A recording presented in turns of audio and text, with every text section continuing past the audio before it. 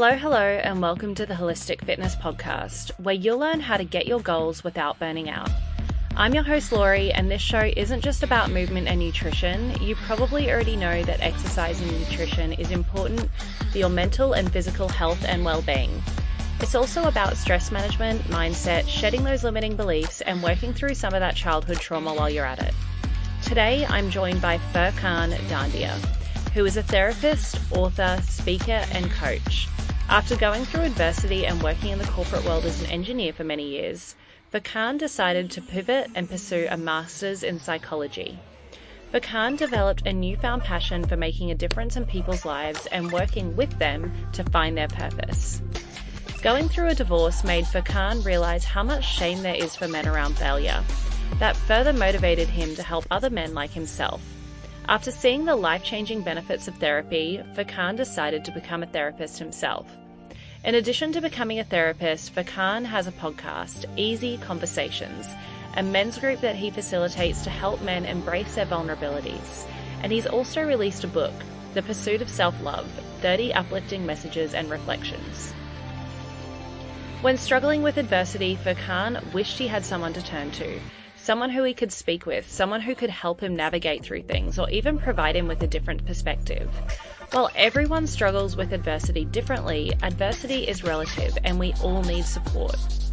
Furkhan is passionate about working with people to address their childhood incidents and trauma. He believes that childhood experiences shape our behaviours, patterns and beliefs, ultimately influencing our perspectives of the world, relationships and how we view ourselves. Often these behaviours, patterns and beliefs are manifested subconsciously and we're unaware of the role in shaping our lives. The narrative then becomes that life is happening to us. Furkhan's objective is to help people become more aware of these subconscious actions and dive deeper into the source of these behaviours, patterns and beliefs. Furkhan believes we can all live purposefully and work towards our best selves once we have healed the past. How are you going today, Furkhan? Really good. Thank you for having me on. I appreciate it. Really excited to have you tuning in from Canada. I have not heard a Canadian accent in a while, and I certainly miss living in Vancouver. So very grateful to be able to listen to you for the next 40 minutes or so.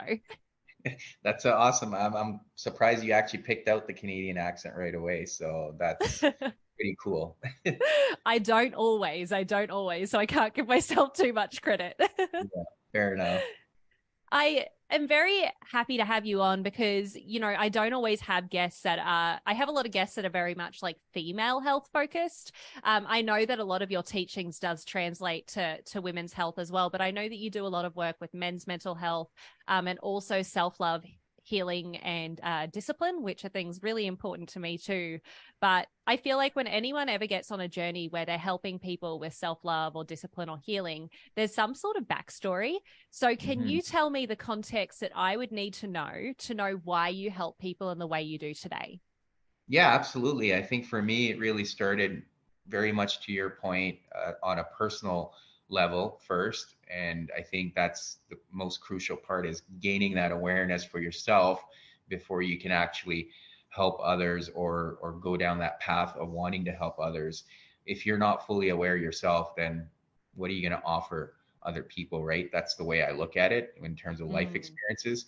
For me, it really started with the kind of the tough situation of going through a divorce. And I think it was difficult because part of it required me to look at myself if I wanted to come out of this. And there's two aspects to it. There was this belief in myself that I will get through this difficult situation in my life.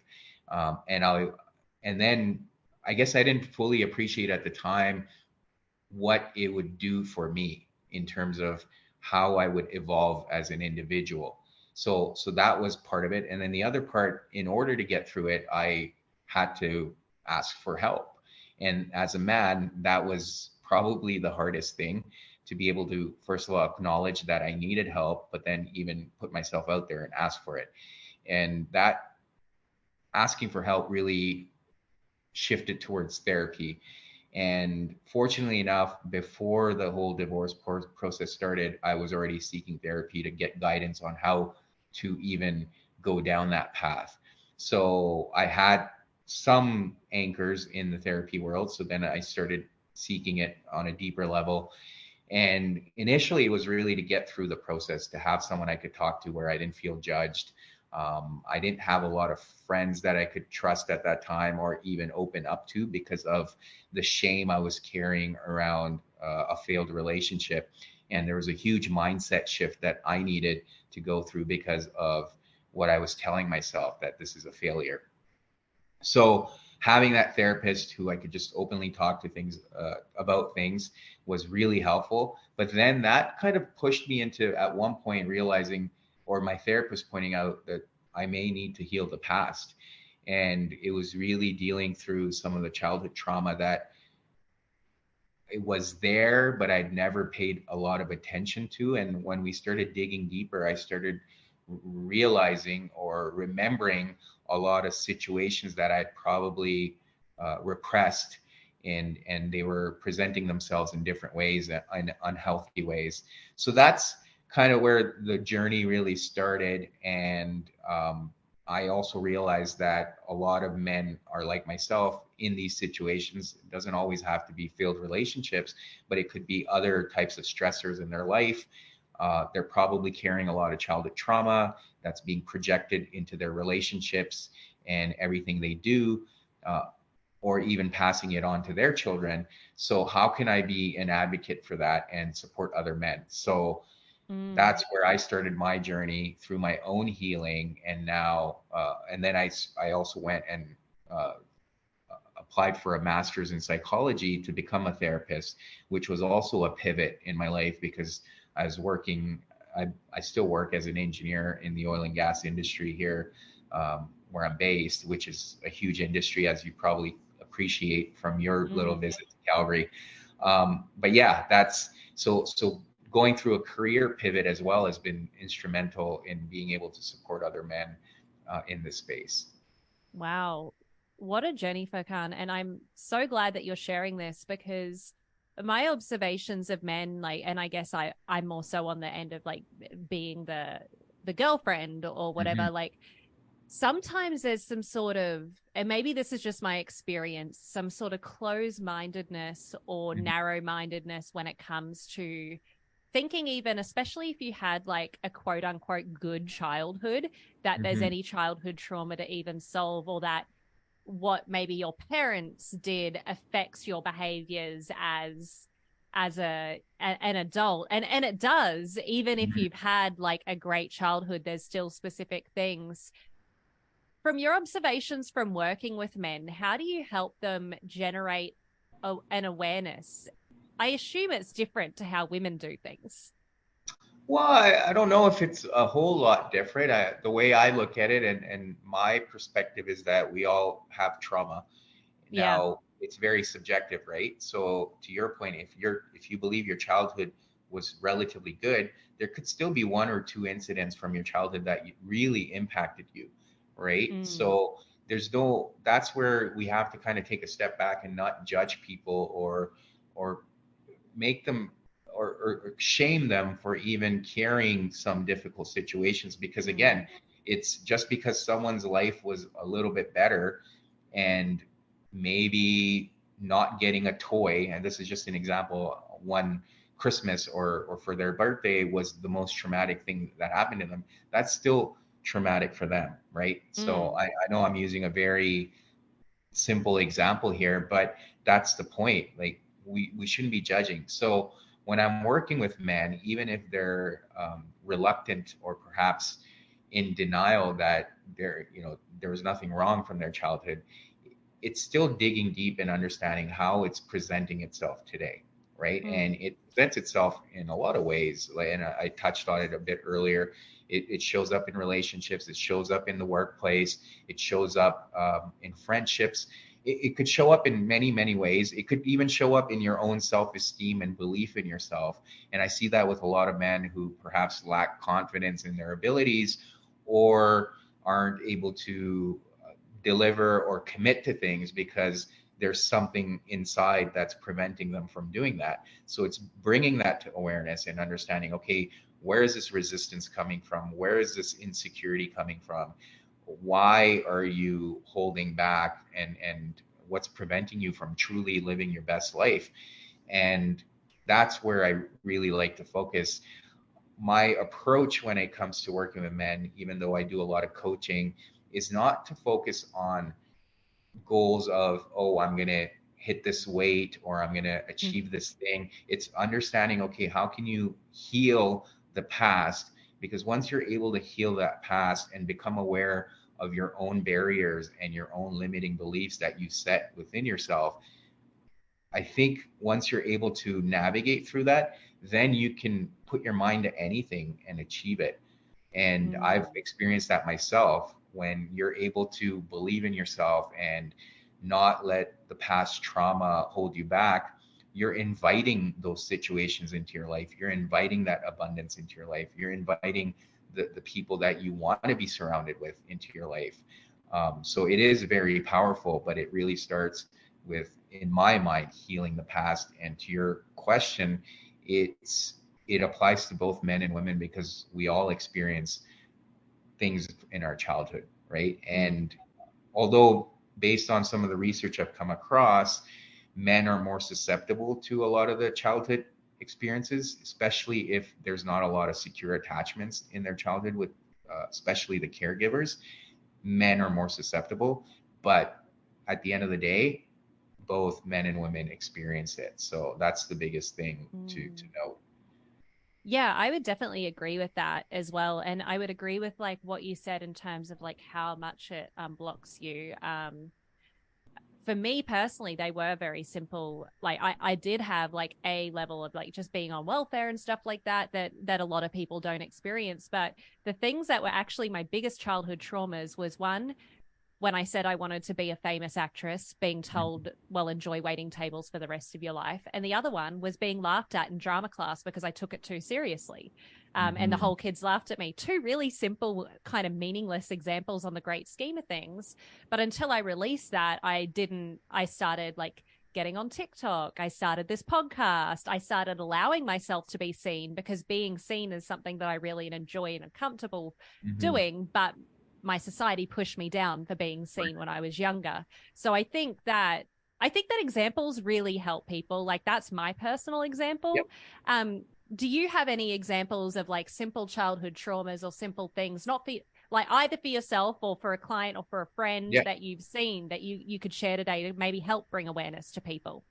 Yeah, I mean, I'll definitely share some personal examples, but I think the theme is very common, and I appreciate how Mm, you shared your own experiences. But the common theme there is not being seen or not being heard, right? And yes. that's what it really is. So in my cases too, not as simple, but fairly more traumatic, I would say.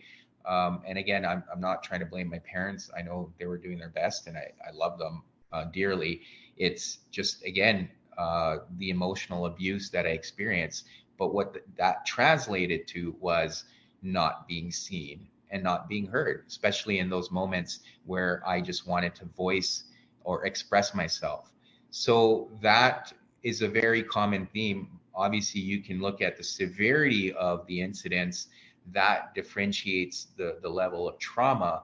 But at the end of the day, the core issue is not being seen and heard. And that's what manifests for all of us, right? So Mm, because we start believing that we're not worthy of being seen or heard, we'll continue to replay that throughout our life. And we will continue to put ourselves in relationships where that is the pattern.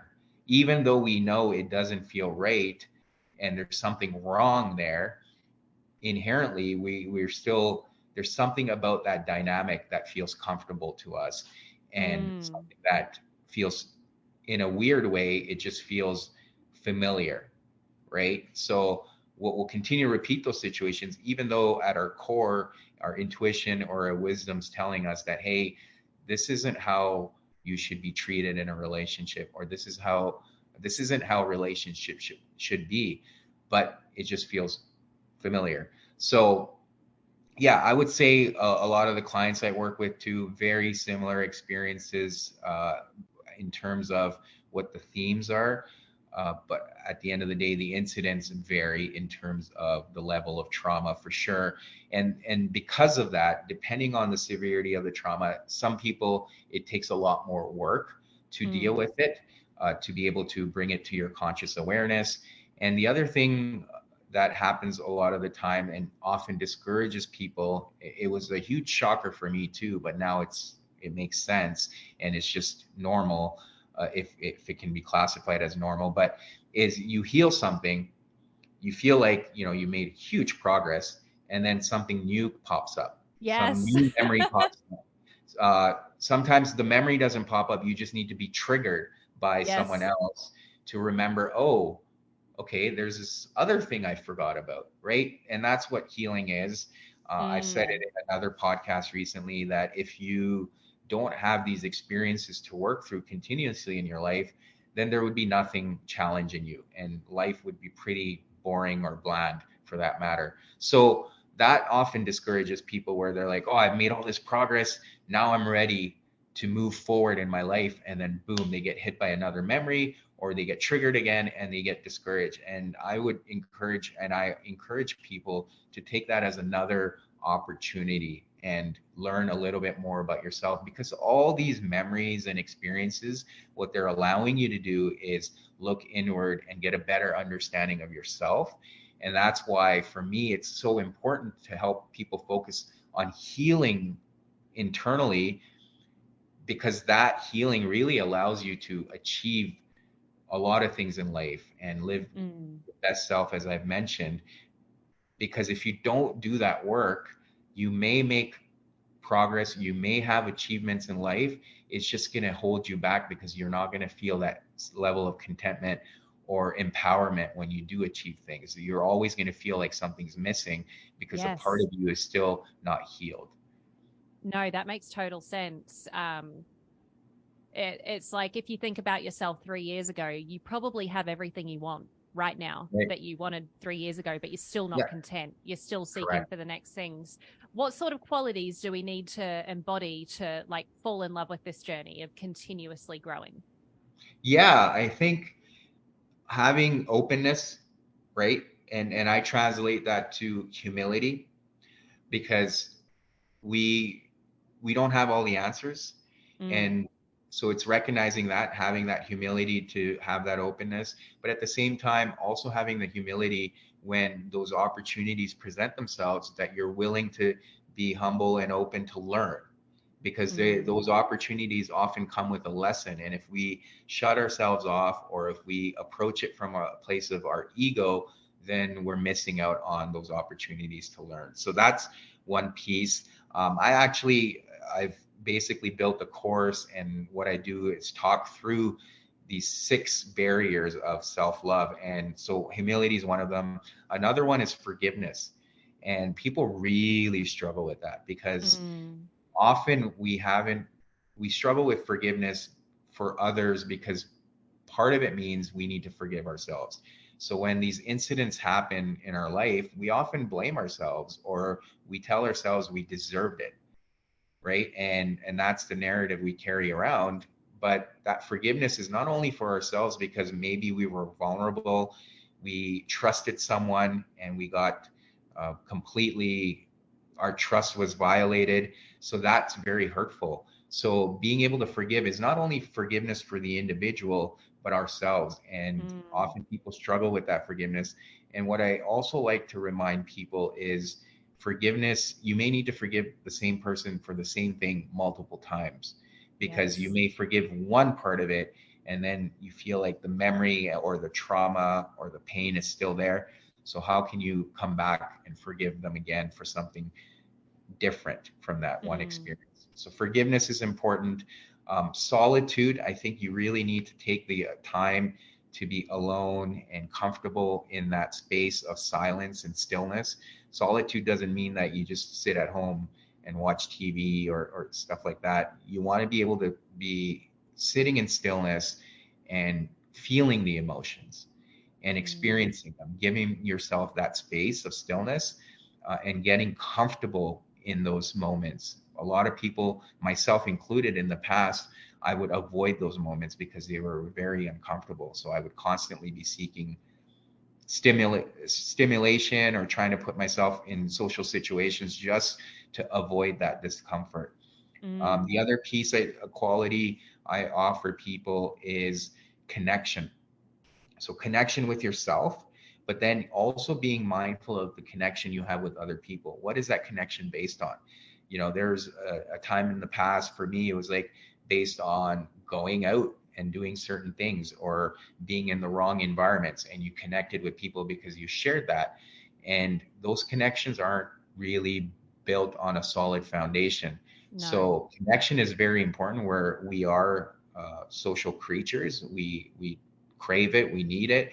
So how can you build a healthy connection with yourself, which is part of that solitude I was talking about, but also being mindful of the connections you're building around you and being mindful of the people you surround yourself with, because the the people you surround yourself with, and that's very common, a lot of people talk about it, determines your state of mind, but it also determines what kind of goals and things you're focusing on, right? If Right. you're surrounding yourself with negativity, you're gonna absorb that negativity as much as you think that, oh, I'm a positive person. It's only natural that if you're surrounded by a certain environment, that's what you're going to absorb. Mm. So connection is very important as well. Are you tired of constantly feeling burnt out while trying to achieve your goals? Do you find yourself struggling to maintain motivation and productivity over long periods of time? I'd like to introduce you to the Goal Getting Journal, the ultimate solution for those of you who want to surpass their goals without burning out. Our journal is designed to help you set achievable goals, track your progress, and maintain a healthy work life balance. With our journal, you'll discover practical strategies for managing stress, staying motivated, and avoiding burnout, including time blocking, habit stacking, and so much more. You'll also learn how to prioritize your tasks and maximize your productivity so you can get more done in less time. The Goal Getting Journal is perfect for anyone who wants to achieve their goals without sacrificing their mental health and well-being. Whether you're an entrepreneur, a student, or just someone who wants to make any positive change in your life, the Goal Getting Journal can help you stay on track and avoid burnout. And for Holistic Fitness podcast listeners, you can get 20% off your first journal using the code HFPodcast. Go to goalgettingjournal.com and type HF podcast at checkout to get your discount. So, what are you waiting for? Order the Goal Getting Journal today and start getting your goals without burning out. Um, the other piece is expectations. So having realistic expectations, we tend to have very harsh expectations of ourselves. So, as you Yes. mentioned in your childhood experience, when you expressed you wanted to be an actress, or people made fun of you in your drama class, they're setting expectations on you at a very young age, right? And you're basically being conditioned to respond to those things. For me, it was the same thing. Uh, I had these high expectations of being able to go to school and achieve. I had very similar dreams like yourself. I wanted to be a professional athlete. I wanted to be an actor, and same thing. I got laughed at. I got told that that's not sustainable. Mm, It's you just need to go find a job and just work like everyone else. a real So job. exactly, yeah. So then those are the expectations I carried, and anytime I fell short, I turned against myself. I was Mm, very harsh with myself. So that's another thing people need to become aware of, in my mind, is what are those expectations and where are they coming from? Are they your own, or were they programmed into you at a very young age? Expectations are good as long as they're realistic and they allow you to achieve a certain goal, but they can't mm, cause you to turn against yourself. So that's the other thing. And the last thing I offer is comparisons. Be mindful of your comparisons. And it's so hard in mm. today's world with social media, where you have access to everyone's life, but you're only getting access or visibility to a small percentage of their life. Yes. And we tend to fall into that trap where, like, oh my God, look at this person. He's just so happy. He's traveling. He's got all this cars, he's got this big house, he's got this beautiful partner, blah, blah, blah. The list goes on. And then we just focus on that one thing. And then we compare our life to that one thing. And then we hate on ourselves, or we have this negative dialogue with ourselves, this narrative, and we don't realize that we're only comparing a small fraction. We don't know what's going on behind closed doors. So what I offer people in that sense is compare yourself to who you were. So just focus on where you were yesterday and how are you improving today. And if you're not making those improvements, how can you make an improvement tomorrow? But keep comparing yourself to you, because that is the best comparison. You have all that information, you have all the visibility on who you are. Don't try to compare yourself to others, because you're always going to feel like you're falling short. So those are some of the things I offer in characteristics. Sorry, a long-winded answer, but that's my focus and what I try to educate people on when it's coming to self-love and your own healing. Yes, and those are all such important qualities and important things to move towards, you know, especially that forgiveness, because forgiveness of others really is forgiveness of the self. And I know, like, even with my own kind of family journey, it's very, I don't share too many details because it's their story to share and not mine, but it affected me greatly. And that forgiveness journey, as you mentioned, was hard. You know, you forgive for one thing, you forgive for another thing, you forgive for another thing, but it's forgiving, and this is going to sound selfish, but you've got to forgive others for yourself. Absolutely. Like, why?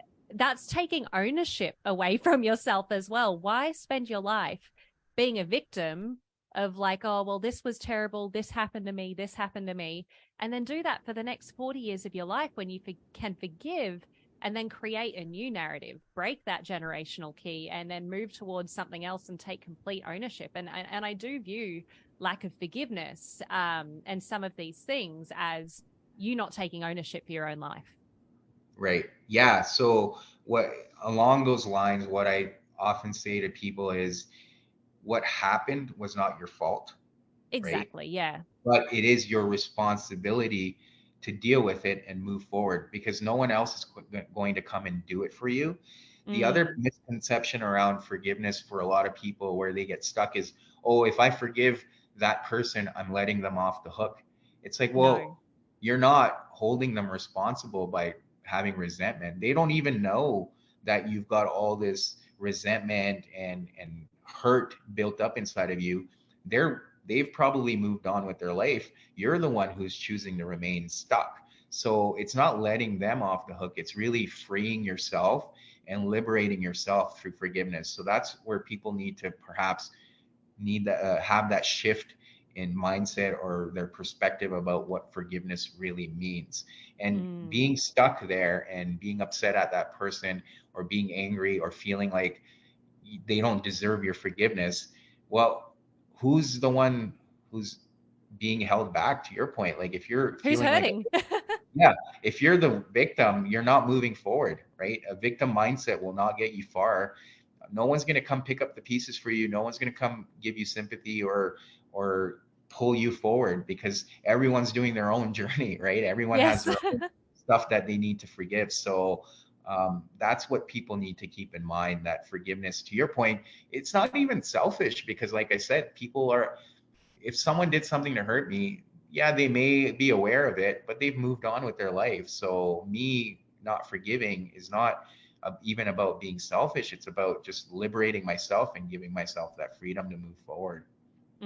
Yeah, that makes total sense. And I'm pretty, like, big into energetics as well. And even, like, if Yeah. you're in that resentment phase, like, if you just can't get rid of it, maybe a good way to think about it is like, well, they're going to continue to recreate that experience and cause themselves more pain unless they also forgive this situation. Hopefully they do. But I really, as you mentioned earlier, like, if someone continues to hurt others, they're going to continue to go down that road unless they build the self-awareness and gain that awareness and break their childhood trauma, because we're all a bunch of children in adults' bodies at the end of the day until we focus on what's happening. Absolutely. I mean, there's a saying heard, I've heard a couple of times, so I'll paraphrase, but basically around resentment, it goes like, resentment is like drinking poison and hoping the other person dies, right? Yes, So that's so good. yeah, so that's the piece with the resentment. The other thing I've focused on is, I don't know if your listeners are familiar with David Hawkins' work. One of the books he wrote, so he did a lot of work on the consciousness map, but he talks about letting go. The Pathway to Surrender is one of his books. But yeah, he talks about the lower energy states, as you alluded to. So Right, yeah. despair, anger, resentment. I don't know if resentment is in the list specifically, but despair, anger, as you can appreciate, or pride, ego, they're lower energy states. So you're always going to be in that lower energy state. And when you're in that lower energy state, that's the type of energy you're attracting into your life. So those are the type of Mm. people that are going to come in. Those are the type of situations that are going to come in. So for a lot of people that stay in that angry state, life will continue to give you that. So they often wonder, like, oh, I can't catch a break. Why do bad things always happen to me? It's because that's the vibrational energy you're situated in, and that's what you're attracting. If you think about it from the law of Mm. attraction, whether or not you believe in it, but just even think about your mindset. When you're in that angry state, you're always looking for those situations, or you're identifying those things to validate your perspective. So Yes. when you're in those higher energy states, love and peace, it's easier, even if you don't believe in the law of attraction, it's easier for you to dismiss things because you're just have this level of unconditional love for everything, for everyone. You welcome any situation. You don't, one of the things I like to look at now through my journey is when certain things happen, I don't say, oh, these things are happening to me, because I'm giving my power away. I'm looking at it as these things are happening for me. Where Mm. is the opportunity in this? Even if the situation presents itself as something I'm not in the moment appreciative of, or I'm not content with the outcome, it's seeking that opportunity. What can I learn from this? How can I make this situation better? How can I use that humility and do something with it? So it's Mm. being aware of these energy states as well, that I try to remind people. Yes. No, I love that. Learning about these energy states and how like they hold a different frequency in your body, that's what's actually helped triggered me on my journey. Hmm. Before I was doing all of this, before I left a corporate job, a relationship, and freed up a lot of energy, was learning about these frequencies. And like guilt is one of the most like Yes. energy sucking things, and I was holding a lot of guilt all the time because of what you mentioned earlier, expectations. And sometimes I do wonder, like, I'm always very lucky. I consider myself pretty lucky with men. I've always had men in my life that have treated romantic men. I should change that too. Like, there's been issues like and stuff like that, but there was never any negative intention. And then I see other Hmm. people, girls who get in relationships and their boyfriends cheat on them, they abuse them, like constantly getting in these situationships where people treat them like absolute trash. Hmm. And I just find like and really lovely people that don't deserve it. And I'm always really curious about how the frequencies and how the childhood trauma and stuff affects you, like recreating these cycles, because I don't think anyone deserves it. Hmm. But it is interesting how certain scenarios come to people more that don't to others. Right. Right. Yeah, well, I mean, for sure, and that we touched on it, right? Yeah. We're talking about those vibrational frequencies and those energies, because again, there's that whole notion of law of attraction. You're going to attract what you're putting out there. So if Mm. you're carrying this energy around that, oh, I have all this trauma, I'm a victim, I I'm angry at the world, I'm guilty, that's what you're going to attract, because like-minded people attract each other, right? So Yeah. and like I said earlier, because that's your perspective on life, that's all you're going to see, right? Mm. So there's an aspect of quantum physics too, or quantum mechanics I like to look at, is it's how you observe things. Until you haven't observed it, it hasn't really happened, right? Mm. So there's that whole notion there that I like, and in terms of, that's the perspective I like to take. So if a situation happens, this is the coolest thing. I often what I enjoy about having friends who have different views on life or different beliefs, different faith systems, whatever it is, you can offer each other such a variety of perspectives. So Mm. we look at a very specific isolated situation and say there's five of us, all five of us will see something very unique about it. Mm. That just goes to show you that we have such, because of our past experiences, our perspectives get distorted. So Yeah. if you constantly in that lower energy state and maybe guilt is where you tend to operate the most, you're going to look at any given situation and pick out what aligns with where you are in your life. So Mm. if you're able to move up and do your healing and move forward in life and grow through these experiences, then you're going to start seeing a lot of the positivity in any experience, right? And obviously, life is never all peachy. There's going to be things that happen that we're not happy with. But again, it comes back to how can you find the opportunity in those situations and give yourself that space to feel all your emotions. Mm. Absolutely, that's fine. Feel all your emotions, express how you're feeling, but don't let that bog you down. You know, give after Yes. you've given yourself that space, look at where the opportunity is. How can you be grateful, and then work with what is happening for you, right? So it's all about mindset at the end of the day. Yeah, that's exactly what I was thinking throughout. Like what you were saying there is like, if you can just flip the script to how is life happening for me right now, that's Mhm. such a great tool to take away, to move you more into that like growth mindset. I don't even want to say positivity because it's not always sunshine and No, roses, but you're able to extract the lesson from a situation so you can continue to take ownership of your life, which is super correct. cool. Yeah, We yeah. we haven't touched on self-love in too much detail yet, but you did mention self-love a little earlier. So, I mean, I think a lot of people can look at self-love as bubble baths and wine Wednesdays or, you know, maybe a football day. Um, but it can look different for everyone. So, how do you help people embody more self-love? Yeah, yeah. So I touched on some of the six frameworks that I've built Mm. into the work I do. Those are all aspects of self-love in my mind. I believe if they're not appropriately calibrated in your life, then you're blocking that ability to give yourself love.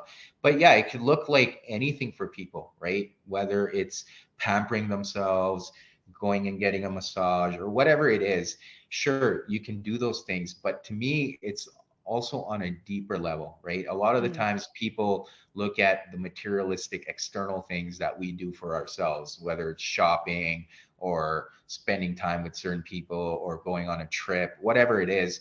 Yes, those things are important. Absolutely. Take care of yourself. But on a deeper level, what kind of narrative do you have? What kind of dialogue do you have with yourself? So another great book I will recommend is The Four Agreements by Don Miguel Mm. Jr. And the biggest, like the first one he talks about is be impeccable with your word. That's the first agreement. So how are you being impeccable with your word? Not only in terms of how you speak to others, but how you speak to yourself. How Yes. often do we recognize? And I'm guilty of it too, even till now. I have very high expectations of myself. So when I falter or I fail, um, I'm very harsh with myself. I'm like, oh, you suck. But it's recognizing, okay, how am I talking to myself? Where is this coming from? How can I change it? How can I have more kindness and compassion for myself? So again, a long-winded answer to your question is coming back to that ability to have grace, self-compassion, and kindness with ourselves. So when we do Mm. fall short, when we do miss the mark, how can we speak to ourselves kindly and have compassion for ourselves? Because if we're able to do that for ourselves, then we're able to give it to others. That it starts with the self first and foremost. Mm. So that's another area of self-love I hope people recognize is how they speak to themselves. And then the other agreement in that book is don't take things personally, which really resonates for me because a lot of the times, even now, when someone does something or says something or a situation happens, I personalize it. It's like, oh, it's this person is saying this because of me. But Yes. again, our views of life and the world are so distorted from because of our past. It's easier to personalize things. But when you take a step back and you've built that practice of compassion and kindness for yourself, and you're able to give it to others, when people Mm. do things that maybe you feel like are being directed to you, you can have compassion for them too, because you realize that, oh, maybe that person's hurting. That's why he's being cruel, or that's why she's doing this nasty thing. It has nothing to do with me. Hey, Holistic Fitness fam, a quick message from one of our sponsors, Ned. As you all know, I recommend good nutrition, movement, and stress management practices before supplementing, so you know what type of supplementation that your body actually needs. For me, I supplement with very few products, but Ned is one of them. I'm a type A, high energy, ambitious business girly with massive goals. And sometimes I honestly just need to chill out and relax a bit. I've found that both Ned's de stress and sleep blends fit in with my busy lifestyle and ambitious goals, but I was honestly not a big fan of CBD products before trying Ned, mostly because of the culture surrounding weed. I just didn't want something that was going to alter my state of mind so that I became much less of a goal getter or less ambitious. That was until I learned about full spectrum hemp and their benefits. Ned blends a chock full of premium CBD and a full spectrum hemp of active cannabinoids. Ned's full spectrum hemp oil nourishes the body's endocannabinoid system to offer functional support for stress, sleep, inflammation, and balance. These products are science backed, nature based solutions that offer an alternative to prescription and over the counter drugs. All of Ned's products are all of Ned's full spectrum hemp oil is extracted from USDA certified organic hemp plants grown by an independent farmer named Jonathan in Colorado. I'm obviously a big fan, but don't take just my word for it. Ned CBD products have over 2,000 five-star reviews, and they work with incredible partners in the medical field like Dr. Caroline Leaf, Dr. Christian Gonzalez, and Dr. Will Cole. Ned is providing Holistic Fitness podcast listeners a very special discount. If you'd like to give Ned a try, listeners get 15% off Ned products with the code Lori Lee. Lorilee. Thanks, Ned, for sponsoring the show and offering a natural remedy to bring balance to so many people's well-being. Mm. Maybe I'm on the receiving end, but this is not personal. This is just someone hurting. And how can I be compassionate towards them, have empathy, perhaps, as we've talked, forgive them? And Yes. when we're able to show up as these compassionate beings and not hold any judgment, people start appreciating that. They feed off of our energy. So, the biggest thing I've noticed doing being on this journey, I've noticed that it's improved all my relationships, especially with family and close friends, because I'm not judging, I'm not taking things personally. They feel safe around me. They feel Mm. accepted. They feel seen. They feel heard, because Yes. that's all that we want from everybody, right? So how can we make others feel seen and heard and build those healthy connections like I talked about? It's through compassion and kindness. But again, it starts with us. When we give it to ourselves, then we built that practice, and it's easier to give it to others. And then when we give it to others, we just invite everyone in and bring everyone closer. And that's what the world really needs. Furkhan, you've really hit the nail on the head with some really great points when it comes to self-love. Like, we are so much the main character in our own story that we forget that we're just a side character, or an NPC, which is a non-playable character in gamer Yeah, terms, in everyone else's life. And nothing is personal, even when they say it's personal. And I think Peter Crone says that, like, someone can say to you, you're an absolute piece of shit and you're a terrible person, but you may have done things that aren't ideal, and that you right. need to work on. But at the end of the day, their response is a reflection of their own inner triggers, you know? Yeah, yeah, exactly. And I think, when you think about it, when you're in a good state of mind, and I'm sure everyone's had this experience where someone's just flipping out, whether it's a family member, a friend, or even a stranger, and you're just like, wow, you don't take it personally, Yeah. right? So how does that feel in that moment? One of the things I remind is like when, like there's homeless people everywhere, and sometimes you walk by them and they'll say something cruel or mean or whatever. Do you take it personally? No, because you realize that, oh, this person's situation is not ideal, has nothing to do with me. They don't even know me, right? And you can kind of apply the same logic to people in your life that perhaps may call you out or say something hurtful. It's, well, does this person really know my intentions? Do they know where I'm coming from? Do they know where my heart's at? They're hurting themselves, right? And Mm. I like to say, hurt people hurt people. So rather than judging them for that and saying, oh, this person's broken, how can you have compassion for them? Yeah. And perhaps looking at them with empathy and being like, hey, I hope things get better. I hope you feel better. I hope I can do something to help. And that breaks that animosity down and it welcomes people in. You don't have to do that with everyone. Not everyone in your mind perhaps deserve it, or not everyone deserves your vulnerability.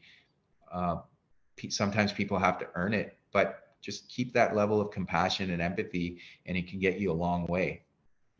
Yeah, I definitely love that. And I think like a non-confrontational way to start is on the road.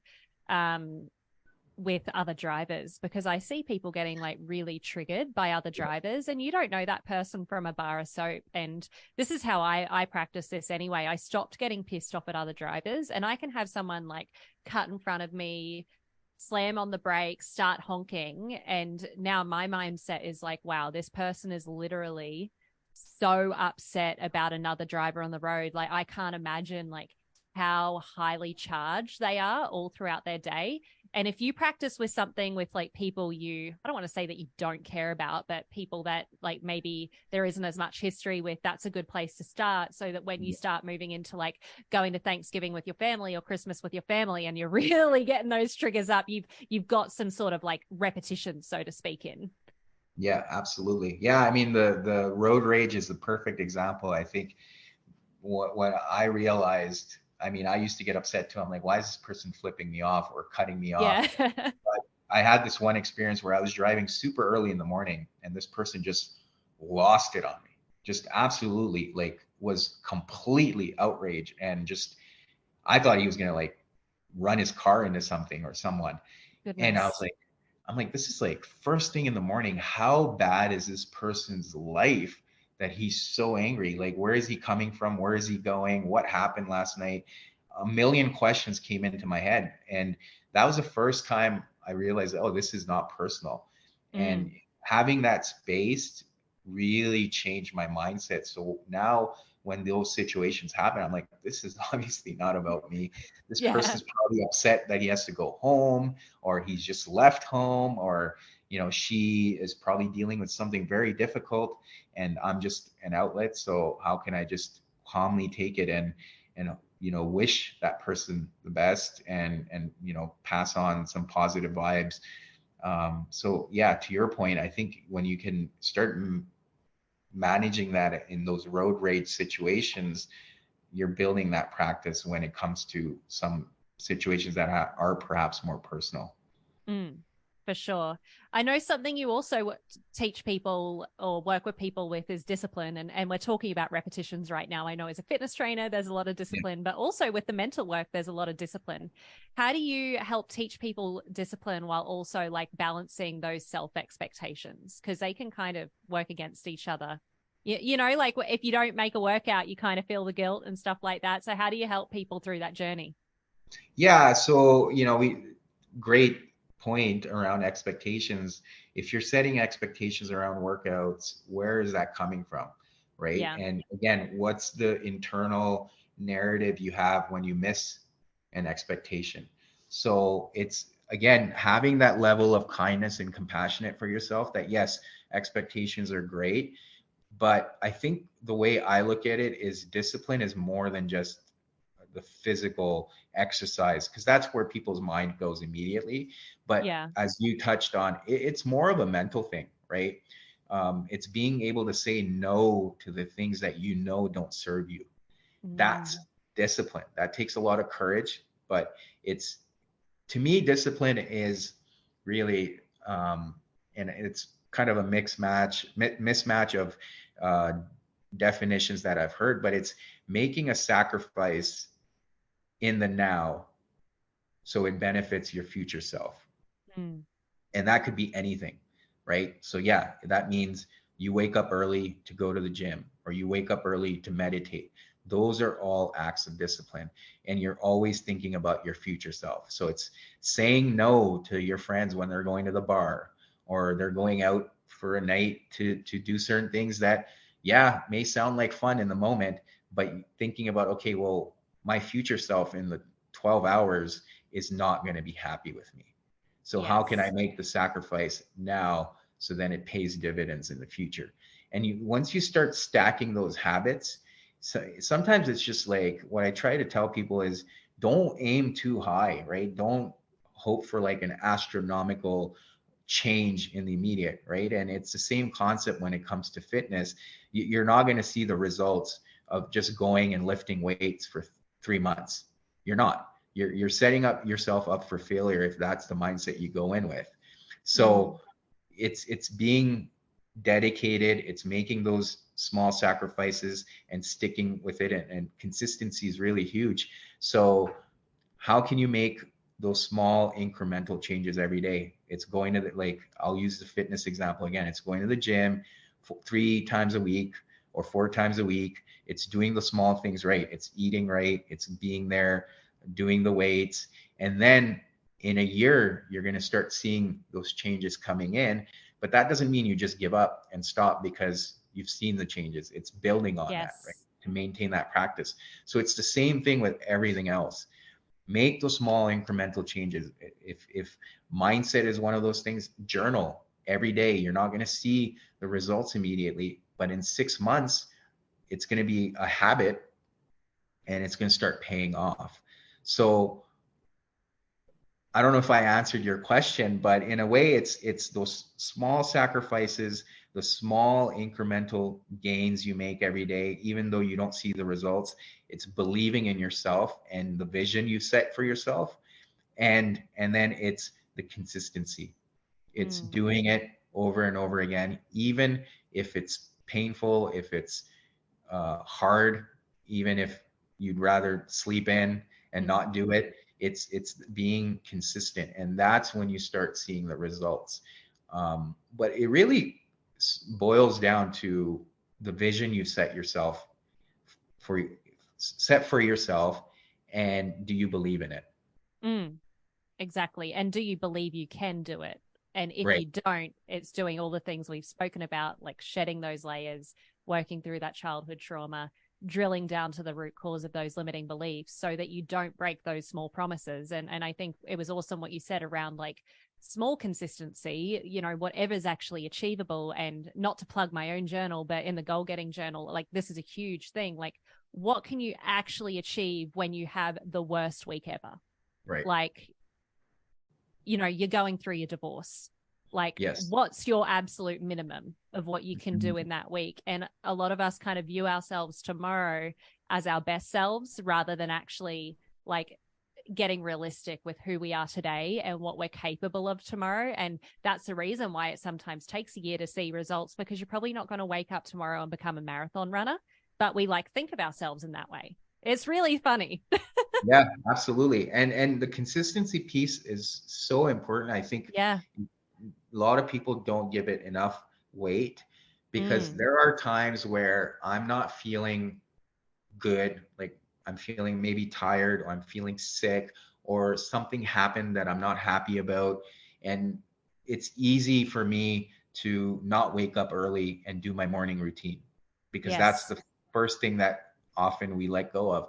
But my commitment to myself has been, whether I'm feeling crappy or whether I'm not happy with how things are going this week, I'm going to stick with it. I'm going to be consistent, and I'm going to do my morning routine. Even if I don't deliver at my fullest Best. potential, Yeah. I'm still sticking with the process, and I'm still doing it, because guess Mm. what? When next week rolls around and things are starting to look great, I'm at the top of my game. I haven't let myself slide. So that those things are very important. Like the consistency is probably in my mind the most important thing when it comes to discipline, right? Mm, Yeah, it's easy to do the hard things for 2 weeks.